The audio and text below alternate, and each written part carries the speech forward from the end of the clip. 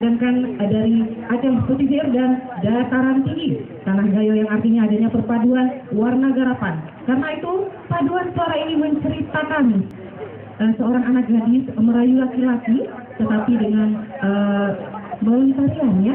Nah kemudian jadi lucu juga kisahnya, bahasa yang ada di lagu tersebut terdiri dari bahasa Aceh dan bahasa Gayo, yaitu bajang-bajang karya Moki. Kemudian akan bawa lagu yang menceritakan tentang kecintaan masyarakat Aceh dengan daerah Aceh yang kaya akan budaya dan hasil alamnya, serta hidup aman dan damai dalam lagu Tanah Buang Sayang karya Teguh Johan dan Andri.